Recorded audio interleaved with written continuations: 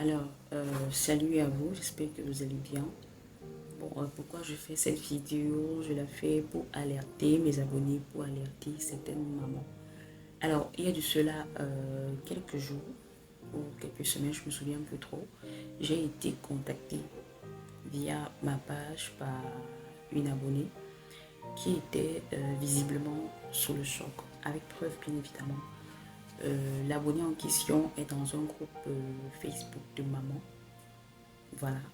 Et qu'est-ce qui l'a un peu choqué, qui m'a aussi choqué d'ailleurs, c'est que là-bas, qu'est-ce qui se disait? Certaines mamans affirmaient que lorsque tu viens de faire injecter, faire vacciner ton bébé lorsque tu sors de la vaccination avec ton bébé, lorsque tu sors de la vaccination avec ton bébé, et que visiblement, c'est qu'après la vaccination, le bébé pleure, il fait parfois de la fièvre.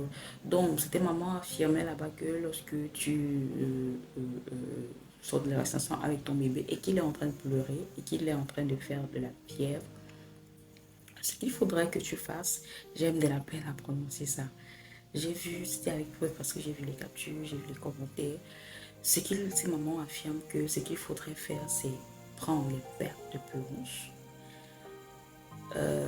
mettre sur le site d'injection sur le bébé, c'est-à-dire l'endroit où on a injecté. J'étais choquée. J'étais choquée. J'ai dit, mais attends, elle m'a envoyé plusieurs captures par rapport à ça. Et visiblement, il y en a plusieurs qui sont tombés. Donc, pardon. Je vais vous alerter en vous disant que ce n'est pas tout ce que vous voyez sur le net que vous devez mettre en pratique. Que ce soit que ces personnes ont obtenu soulagement ou pas. On parle là de la santé, là on ne parle pas de l'aspect physique, on ne sait pas ce que ça crée de notre du point de notre aspect.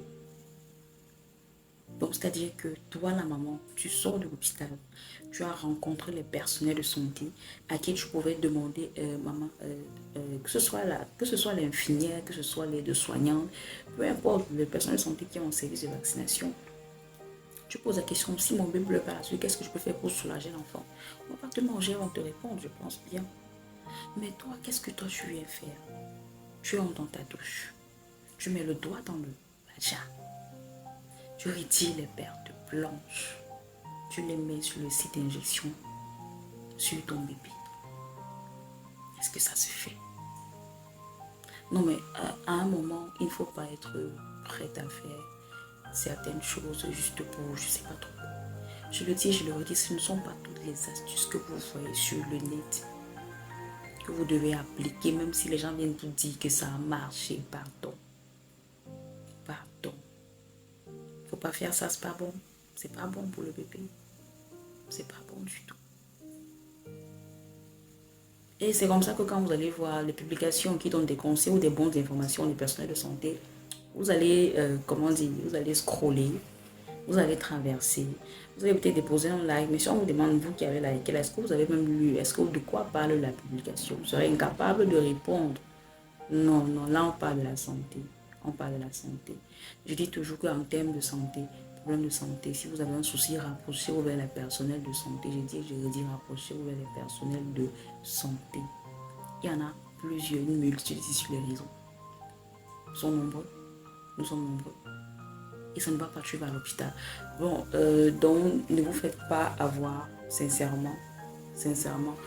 Et voilà, lorsque vous avez et je vais profiter également pour vous dire quoi faire lorsque vous rentrez de la vaccination avec votre bébé et qu'il se met à pleurer.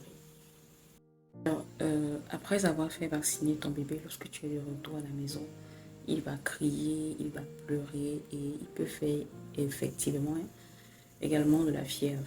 Alors, lorsque tu es de retour à la maison, premièrement, tu dois l'allaiter. Tu ne dois même pas attendre d'arriver à la maison et l'allaiter, non. Normalement, lorsque vous partez vacciner bébé, il faut commencer l'allaitement avant même qu'on le vaccine.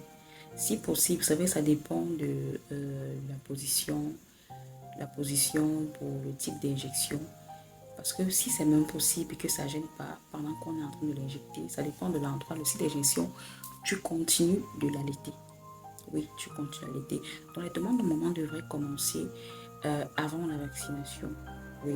Si pendant la vaccination, c'est pas possible que toi tu l'allaites, tu continues après la vaccination. Oui.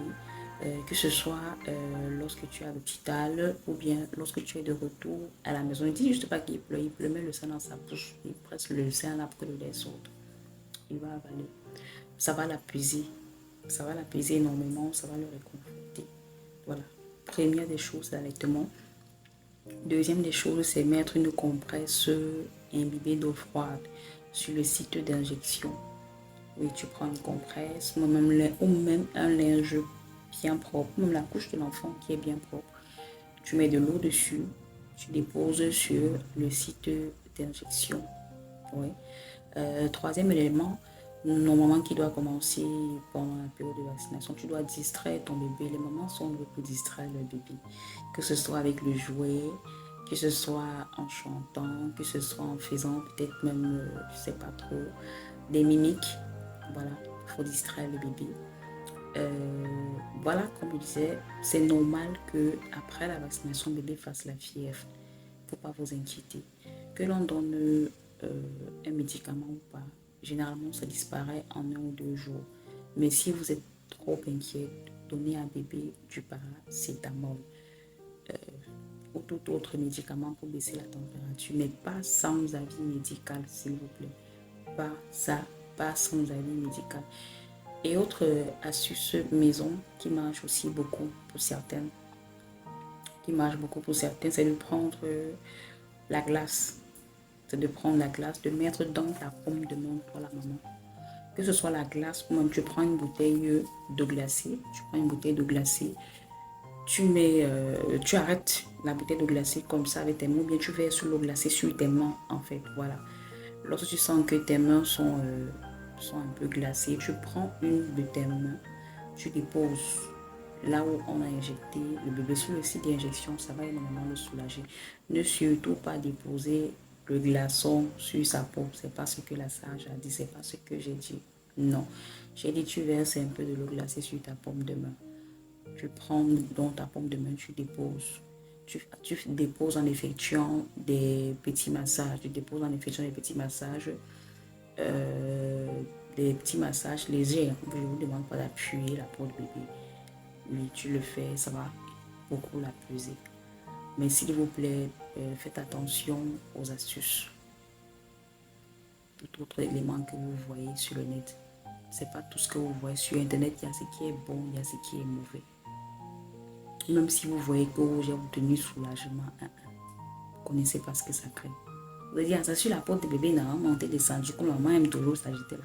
C'est quand il y a conséquences, même moi, les personnes de santé. Tu ne peux pas quand même prendre ton doigt, tu mélanges l'argent. Pour venir ramasser les pertes blanches là, pour mettre sur la porte de bébé. Attention. Fais ça sur toi, tu laisses le bébé tranquille. Lui là qui n'a pas demandé à naître. Donc, je pense que ces astuces-là vont énormément vous aider. C'est ce que je recommande habituellement aux patientes que je côtoie et aux femmes également que je suis en ligne. Bonne semaine.